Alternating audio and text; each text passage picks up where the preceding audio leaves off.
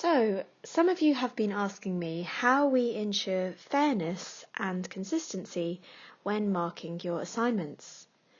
Now, sometimes other B groups may have different tutors to you within a module, and this may get you wondering, how do we know that one marker may not be fairer with their marks, or equally, one marker may not be harsher with their marks, and how do we ensure that there is consistency across the cohort?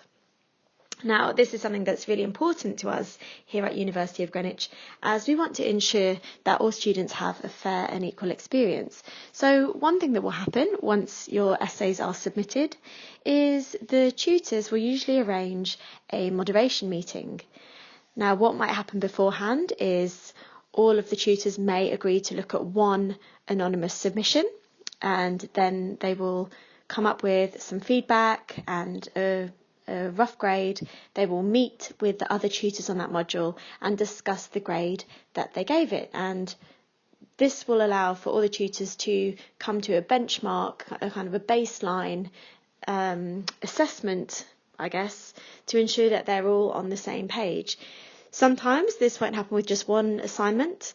For example, when we did Child Psychology 1, seems like a long time ago now, what I did is I chose 3 random assignments and circulated those to the other tutors, and we actually held a Skype meeting, lasted about 1 hour on Skype, where we then spoke about the 3 assignments. We each shared the feedback and grades that we had come up with before the meeting, and found that we were mostly on the same page. Where we weren't, we really unpicked that with each other to see what might put something in the 60 bracket, what might be a difference between a 65 and a 68.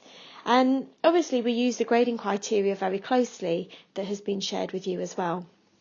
So we'll often have a moderation meeting before we all go away and mark our assignments.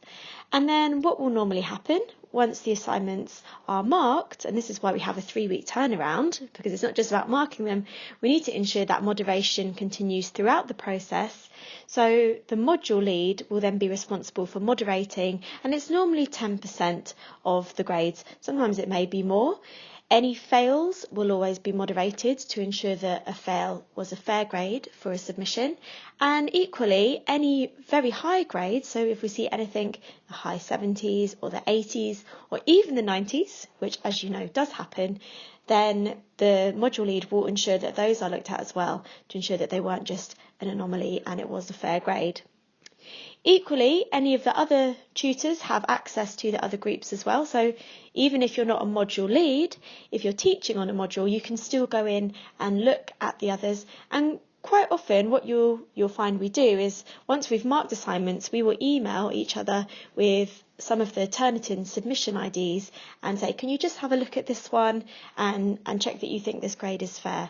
So it's not always just the module lead who's doing that moderation process, but equally all of the tutors are very open. We can each read each other's comments. We'll often comment on each other's comments as well. It's a bit like Inception. So you can see that there is a vigorous moderation process. And I would say that if you ever worry that one of your markers has been particularly mean on one of their comments, or you didn't quite agree with something, then just remember that once you get that feedback, you should maybe make an appointment or arrange a conversation with your marker. You'll always see who marked your work because their name will be at the end of that text box, and you should maybe go along, have that dialogue with them, and they'll be able to explain more clearly what their feedback meant and how you can turn that into feed forward to inform your next submissions.